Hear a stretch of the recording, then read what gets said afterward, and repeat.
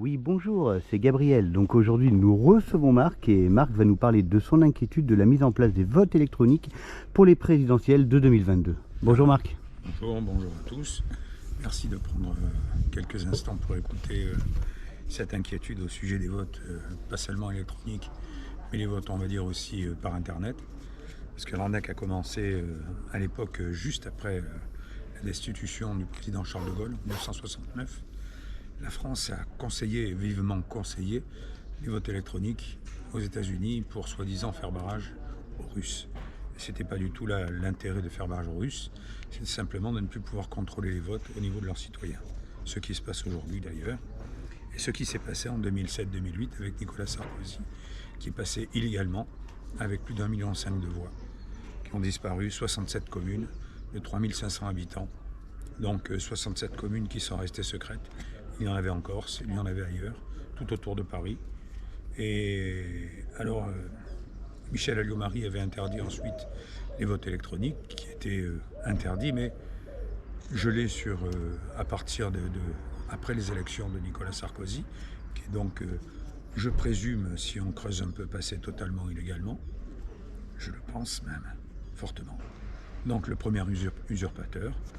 Le deuxième, je présume que des votes ont été rajoutés illégalement, comme d'habitude, pour le deuxième vote avec François Hollande, qui a continué à détruire, tout comme Nicolas Sarkozy, à détruire le système de la santé, pour lequel nous nous battons déjà tous. Le système de la santé qui nous touchera tous, qui nous touche, déjà prioritairement.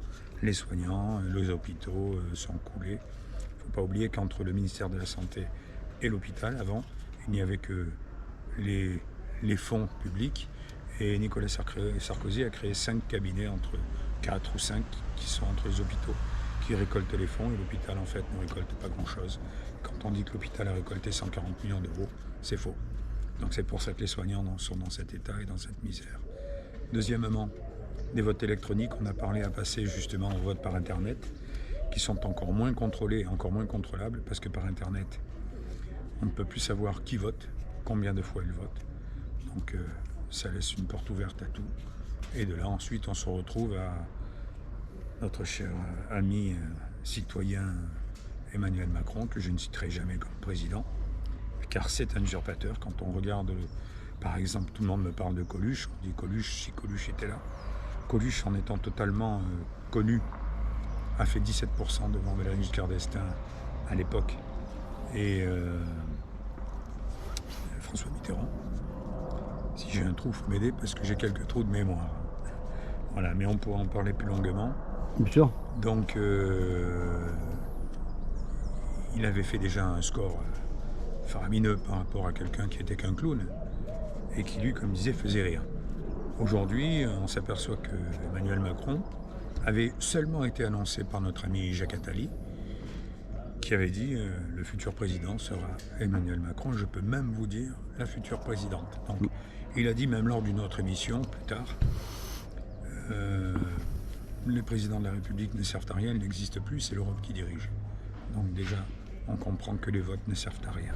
Et si les gens comptent encore à les voter, il vaut mieux aller faire autre chose. Donc venez plutôt vous rallier du côté des patriotes, du côté des gens qui sont ce qu'on appelle de vrais patriotes, des gens qui se battent pour la liberté, qu'on traite de complotistes, qu'on traite d'enfoirés ou de divers noms, contrairement à tous les artistes et les fameux enfoirés qu'aujourd'hui on n'a plus le droit ni d'avoir faim ni d'avoir froid. C'était Coluche. Ces gens-là n'ont pas ni la carrure ni le dessin de Coluche, tout comme ces grands footballeurs, tout comme ces grands artistes soi-disant français. Il faut aussi les boycotter avant que... Il ne faut pas oublier que tous ces gens ont contribué au système et tous ces gens continueront à contribuer au système pour éliminer les... Donc ils seront jugés dans le prochain tribunal international de maître Rainer Feldmich, qu'on appelle le fameux Nuremberg 2.0, tout comme tous ceux qui ont contribué, médecins, tous les patrons de café, de bar, patrons de boîte, qui ont contribué à jouer ce système de passe, de code, tout ça pour entrer leur argent, et ne penser qu'à l'argent, et non penser... Ils ont été exactement comme les actionnaires de Pfizer, ils ont pris de l'argent sur le dos des gens qui allaient être condamnés à mort pour une simple injection, qui n'en est simple, qui est répétitive pour qu'ils soient ainsi en fait sur un test mondial contrôlé sur plusieurs fois, voir comment ils peuvent mourir de diverses manières.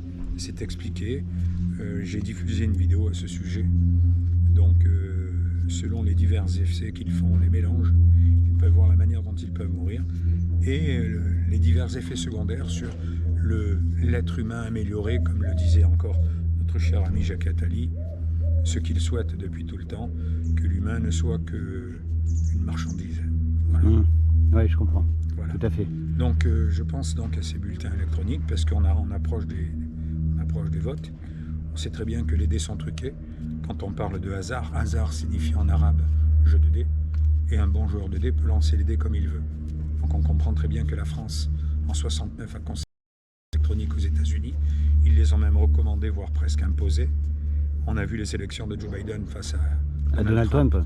Et on voit que Donald Trump aujourd'hui revient en force parce que les élections ont été truquées. La France, comme le Vatican, ont collaboré à ce système de vote truqué.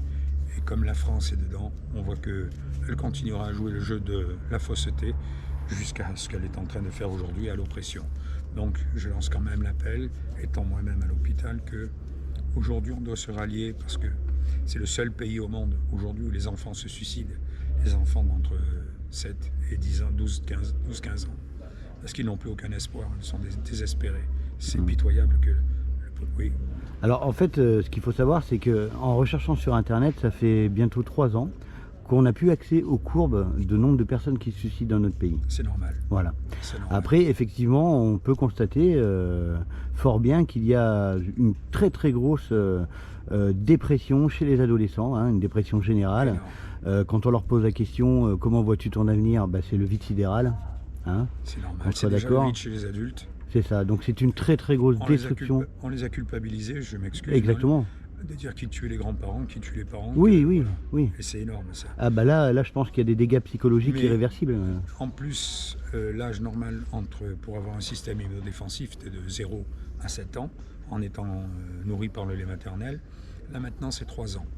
Donc on injecte à des bébés 11 vaccins en un. C'est encore pire que les 5-12 ans qu'on veut vacciner qu'on veut injecter. Mais les deux sont terribles parce que les deux n'ont rien, n'apportent rien et détruisent le corps humain. Donc il est temps que les gens se réveillent, rejoignent enfin, on appelle ça les patriotes aux États-Unis. Florian Philippot fait un appel aussi à tout le monde, comme tous les groupes. Aujourd'hui on est beaucoup, on n'est pas 450 000. Quand on compte déjà la plainte de Martine Vonner à l'Assemblée nationale, une lettre a été signée de pétition de plus d'1 million de citoyens de la nation. Donc quand les médias continuent à contribuer à ce système, quand les comédiens, les joueurs de foot, les grands sportifs de haut niveau qui sont remplis ne contribuent pas à venir manifester à nos côtés, donc on s'aperçoit qu'aujourd'hui le système est vendu. Ces gens-là devront répondre de leurs actes et j'espère qu'ils auront au moins la décence de reconnaître avant qu'ils soient bien sûr jugés à ce procès.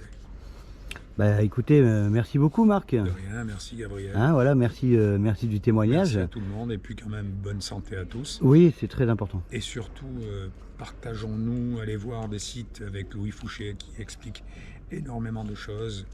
Regardez les sites bien sûr de Gab Live ou le reste de Gabi qui fait son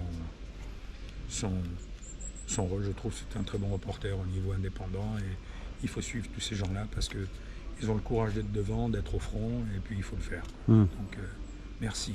Merci beaucoup, et surtout, comme je dis toujours à tous, prenez soin de vous et à bientôt. C'était Gabriel. Au revoir.